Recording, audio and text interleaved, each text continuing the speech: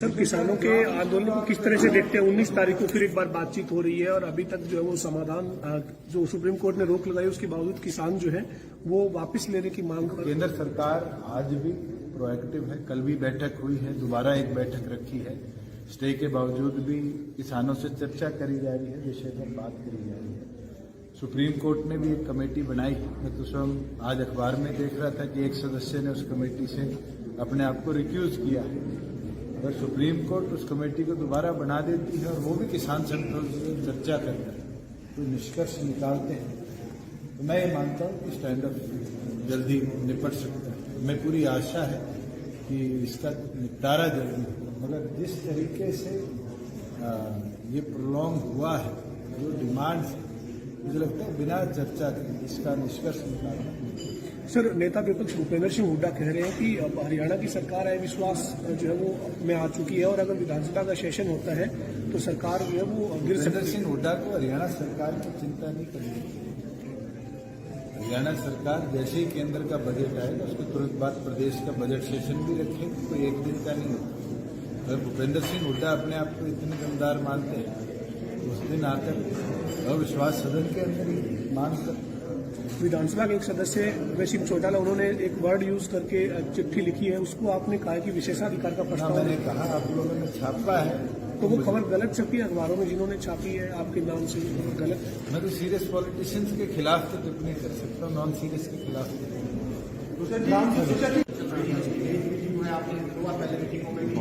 तो आपको निरंतर बोला है ऑन टाइम पंचायत इलेक्शन अब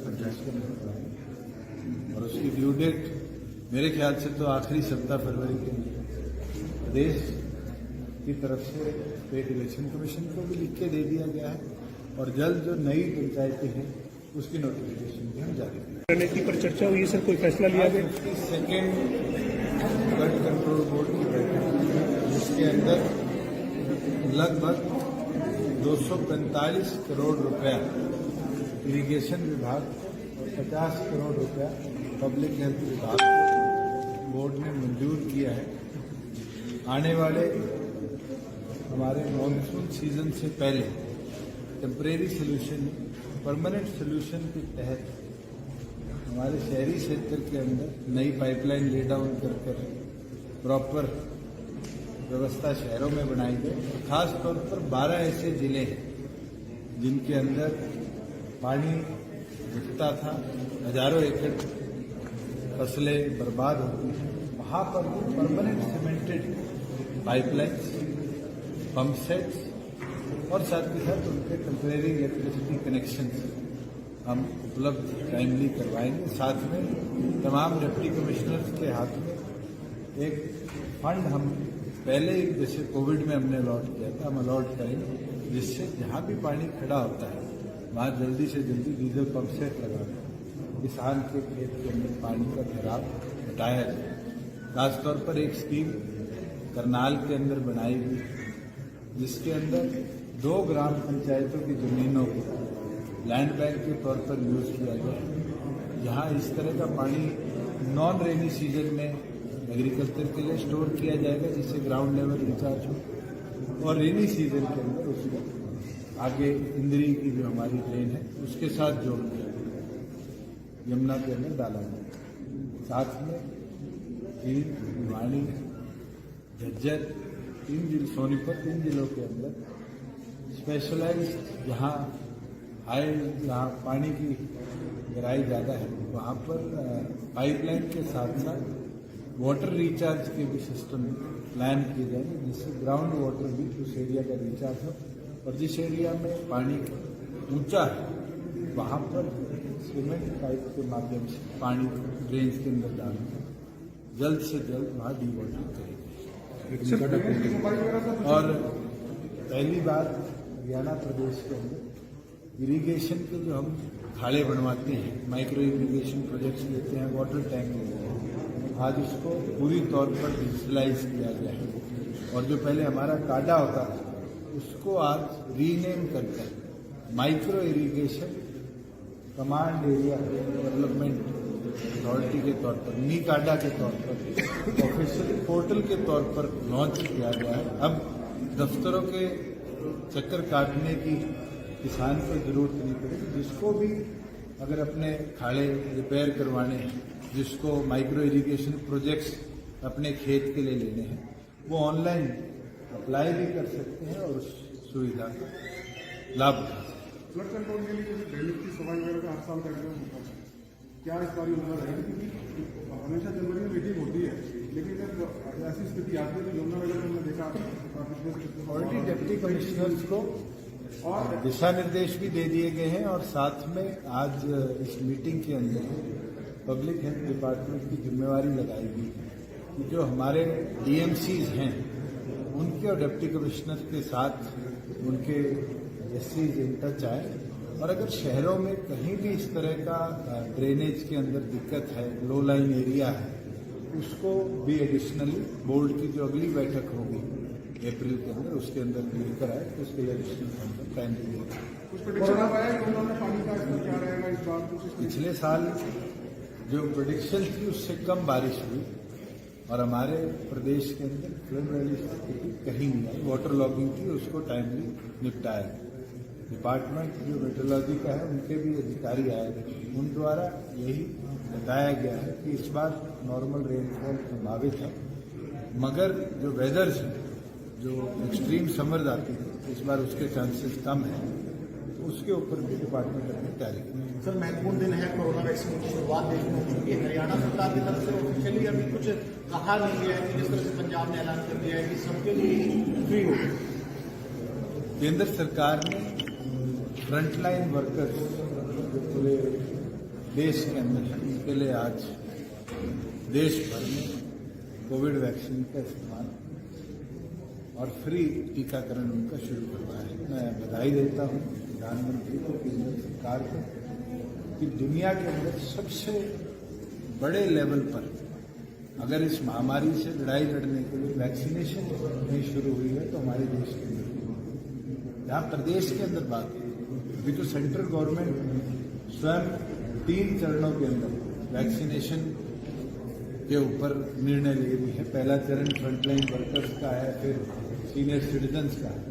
जिस दिन केंद्र सरकार अगर कोई भी अनटच्ड व्यक्ति छोड़ते हैं जिसको आज जरूरत है वैक्सीनेशन, तो प्रदेश सरकार उसमें निर्णय भी लेगी और उसका टीकाकरण कराएगी। सर, इंसो नेता दिग्विजय चौटाला ने भी डिमांड की है।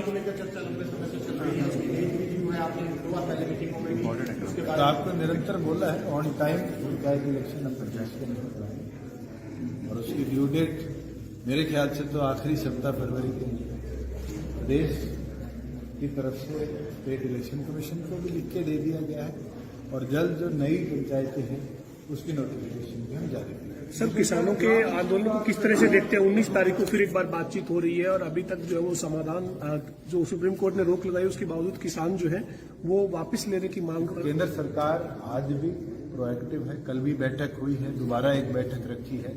स्टे के बावजूद भी किसानों से चर्चा करी जा रही है, विषय पर बात करी जा रही है। सुप्रीम कोर्ट ने भी एक कमेटी बनाई। मैं तो स्वयं आज अखबार में देख रहा था कि एक सदस्य ने उस कमेटी से अपने आप को रिक्यूज किया है। अगर सुप्रीम कोर्ट उस कमेटी को दोबारा बना देती है और वो भी किसान संगठनों से चर्चा करकर तो निष्कर्ष निकालते हैं, तो मैं ये मानता हूँ कि स्टैंड अप जल्दी निपट सकता है। हमें पूरी आशा है कि इसका निपटारा जल्दी होगा, मगर जिस तरीके से ये प्रोलॉन्ग हुआ है, जो डिमांड्स है, मुझे लगता है बिना चर्चा के इसका निष्कर्ष निकालना। सर, नेता विपक्ष भूपेंद्र सिंह हुड्डा कह रहे हैं कि अब हरियाणा की सरकार है विश्वास जो है वो में आ चुकी है और अगर विधानसभा का सेशन होता है तो सरकार जो है वो गिर सकती है। भूपेंद्र सिंह हुड्डा को हरियाणा सरकार की चिंता नहीं करनी चाहिए। हरियाणा सरकार जैसे ही केंद्र का बजट आएगा उसके तुरंत बाद प्रदेश का बजट सेशन भी रखेगी, तो एक दिन का नहीं होगा। अगर भूपेंद्र सिंह हुड्डा अपने आप को इतने दमदार मानते हैं उस दिन आकर अविश्वास सदन के अंदर ही मांग कर। विधानसभा के एक सदस्य वैश्विक चौटाला उन्होंने एक वर्ड यूज करके चिट्ठी लिखी है, उसको आपने कहा कि विशेषाधिकार का प्रस्ताव। मैंने कहा आप लोगों ने छापा है तो वो खबर गलत छपी है अखबारों में, जिन्होंने छापी है आपके नाम से भी खबर गलत है। मैं तो सीरियस पॉलिटिशियंस के खिलाफ तो टिप्पणी कर सकता हूँ, नॉन सीरियस के खिलाफ ये जो कानून बनाए गए हैं ये देश के प्रधानमंत्री की सोच नहीं थी, ये कानून भी अंबानी और अडानी के लिए बनाए गए हैं। जब कोरोना की बीमारी चल रही थी, जब नई नई कोरोना आई थी, तो उस वक्त के अंदर पूरे देश के अंदर इस तरह का लॉकडाउन था कि कोई व्यक्ति अपने घर से बाहर नहीं निकल रहा था। सड़कों के ऊपर कोई साधन नहीं चल रहा था। स्कूल और कॉलेज बच्चों की पढ़ाई के जो थे बंद हो गए थे। छोटी छोटी दुकानें जो गांव में भी थी, कस्बे में थी, शहर में थी, बाजार पूरे बंद कर दिए गए थे। यहां तक भी कि सारी फैक्ट्रियां भी बंद हो गई थी। और जब फैक्ट्रियां बंद हुई थी तो जिन फैक्ट्रियों के मालिक थे अंबानी और अडानी जैसे लोग, जो बड़ी बड़ी फैक्ट्रियां थी जिनमें रोजाना हजारों करोड़ का कारोबार होता था, वो जब ठप हो गया था तो फिर अंबानी और अडानी ने ये मान लिया था कि कभी ऐसे हालात भी इस देश के, इस दुनिया के हो सकते हैं कि जो तुमने आज तक कमाया वो सारा का सारा कहीं 2-4 महीने में खत्म ना हो जाए। और जब फैक्ट्रियां बंद होगी, सरकार के पास टैक्स के रूप में पैसा जो फैक्ट्रियों से आ रहा था वो मिलना बंद हो गया। तो अलग अलग मुख्यमंत्रियों ने बयान दिए थे कि हमारे पास तो हमारे कर्मचारियों को तनख्वाह देने का पैसा भी नहीं है। उस वक्त में जब देश आर्थिक रूप से कमजोर हो रहा था, हर देश जो है दुनिया का, वो आर्थिक उसकी हालात जो है, कैसे वो देश मजबूत है, कैसे वो देश प्रोग्रेसिव है, उन सब का कारण है। किसी की अर्थव्यवस्था तो टूरिज्म पे टिकी है, किसी की मिनरल्स पे टिकी हुई है, कोई माइनिंग पे टिका हुआ है, किसी मुल्क में इंडस्ट्री ज्यादा है। हिंदुस्तान को कृषि प्रधान देश कहा जाता है। हमारी जो आर्थिक देश की जो स्थिति है वो किसान के ऊपर है, वो कृषि पे आधारित है। जब देश आर्थिक रूप से कमजोर हो रहा था तो केवल किसान एक ऐसा था जो इस देश को आर्थिक रूप से भी मजबूत कर रहा था। आप लोगों की मेहनत की वजह से जहां देश की हालत खराब हो रही थी, इस किसान ने इस देश को फिर से जिंदा कर दिया, फिर से खड़ा कर दिया।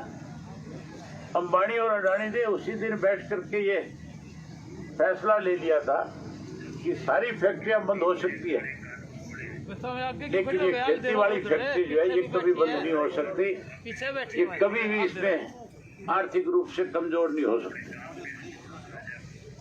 इसलिए उन्होंने प्रधानमंत्री पे दबाव बनाया और उनसे क्या करके इस कोरोना की आड़ के अंदर ये इस तरह के 3 कृषि के काले कानून बनाने का काम किया। अब चाहते हुए कानून खत्म हो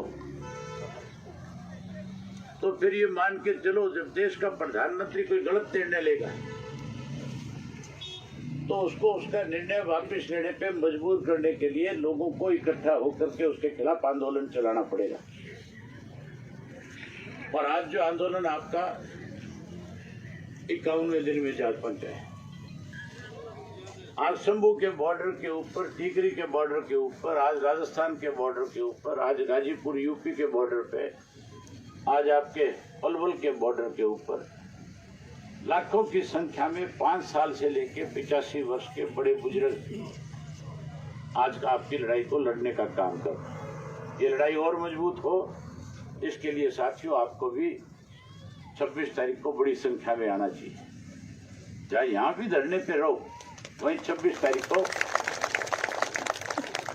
ज्यादा से ज्यादा संख्या में पहुंचो। हमारी पार्टी तो इंडियन नेशनल लोकदल पार्टी ने तो सदा किसान का पक्ष लिया है। चौधरी देवीलाल जब कभी सत्ता में थे, उन्होंने किसान के हक में अच्छे फैसले लिए, उन्होंने किसान के लिए अच्छे कानून बनाए। और जब विपक्ष में होते थे, किसान की कोई सरकार अनदेखी करती थी, तो फिर वो उस किसान की लड़ाई के लिए उसकी अगवानी करते थे, उसके साथ खड़े हो जाते थे।